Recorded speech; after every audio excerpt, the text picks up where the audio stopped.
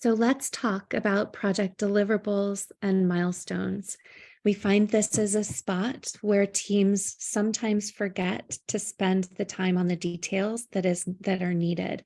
And so we can't assume that when we have a goal in place that we'll automatically know how to structure the work to get to that goal.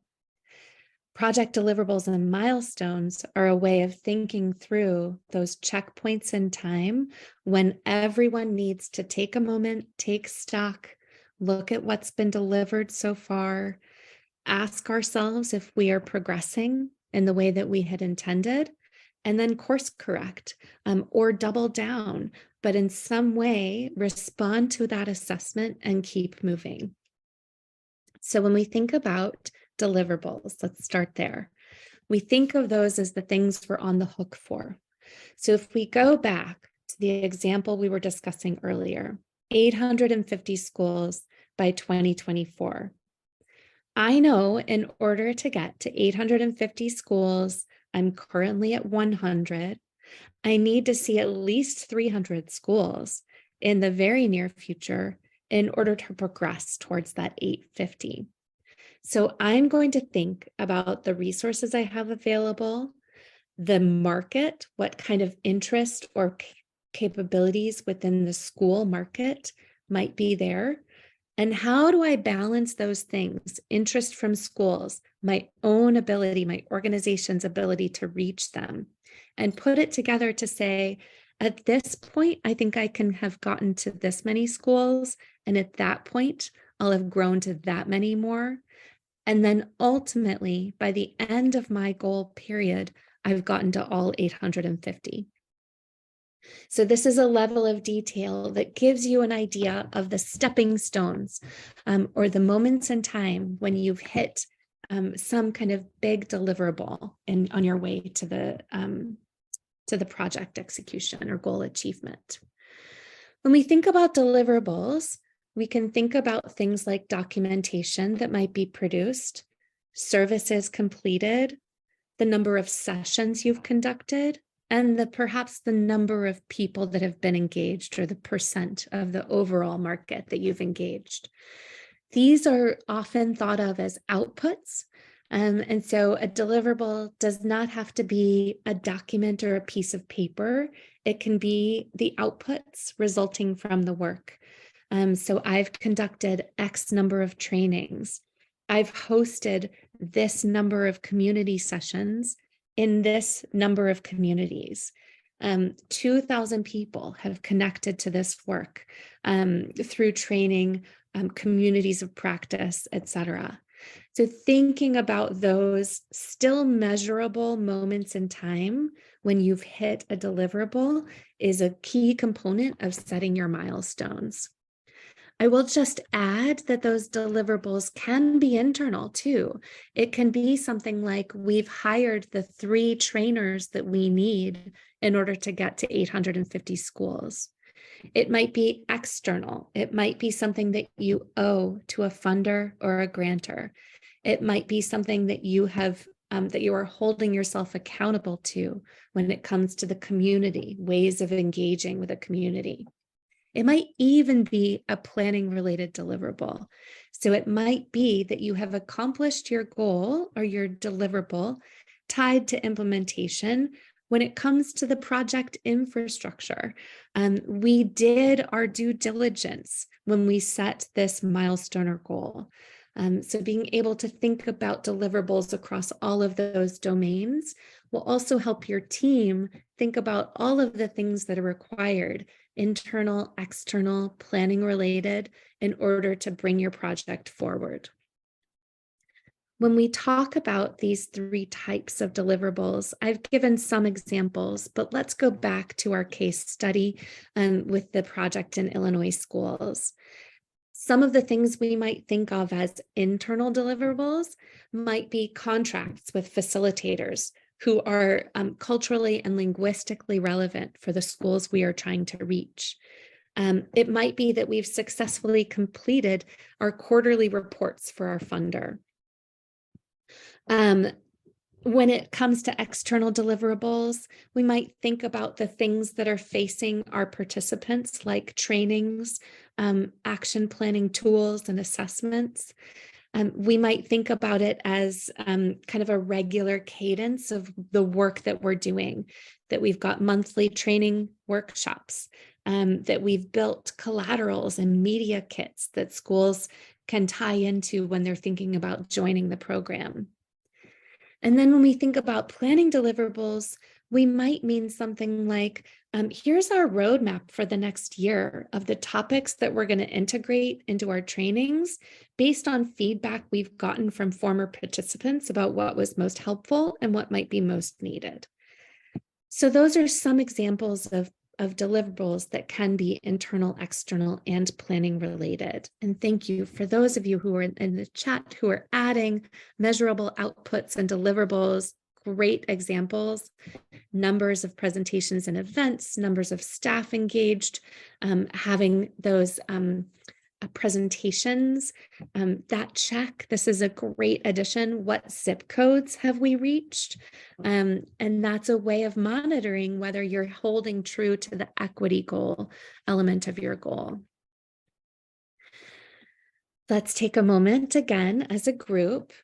We'll do 5 minutes and we will ask you to go ahead and outline the deliverables for your project that might be internal, external, or planning related.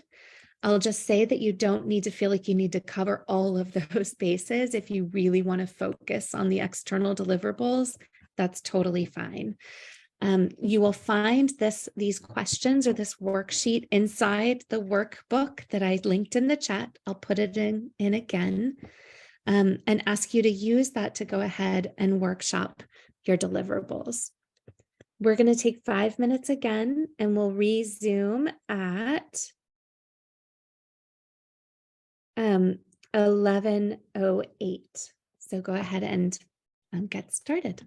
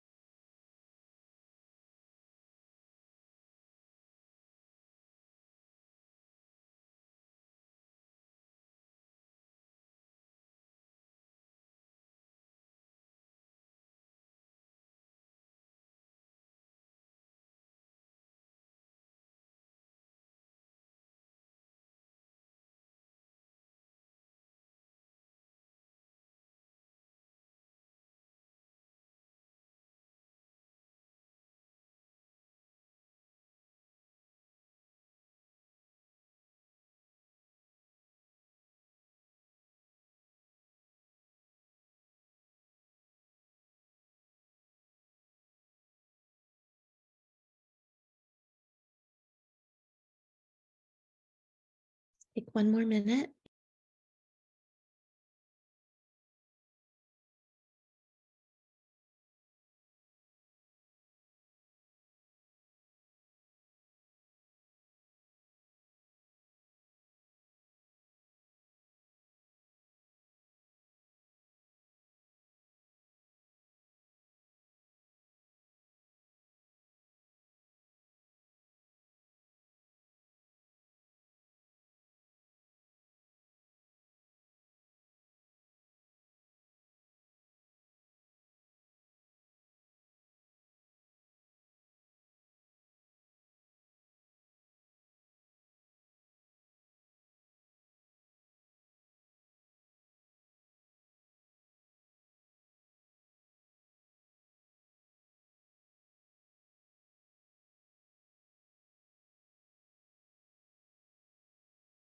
Okay, let's keep going.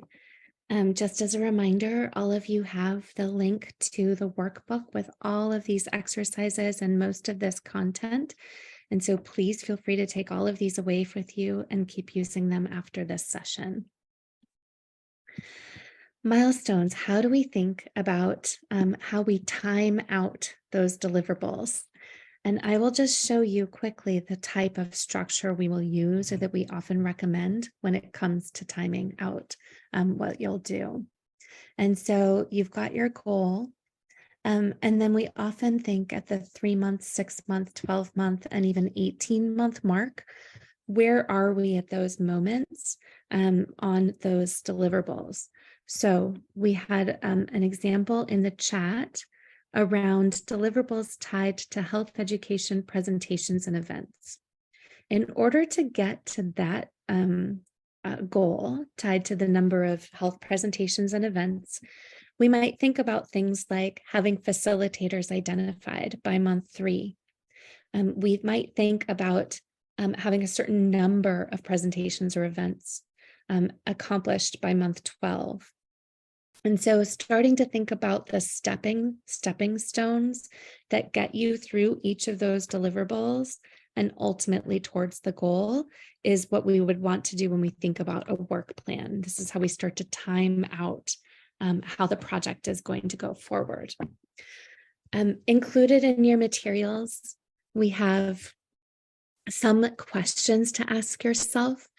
What are the activities or tasks that need to happen?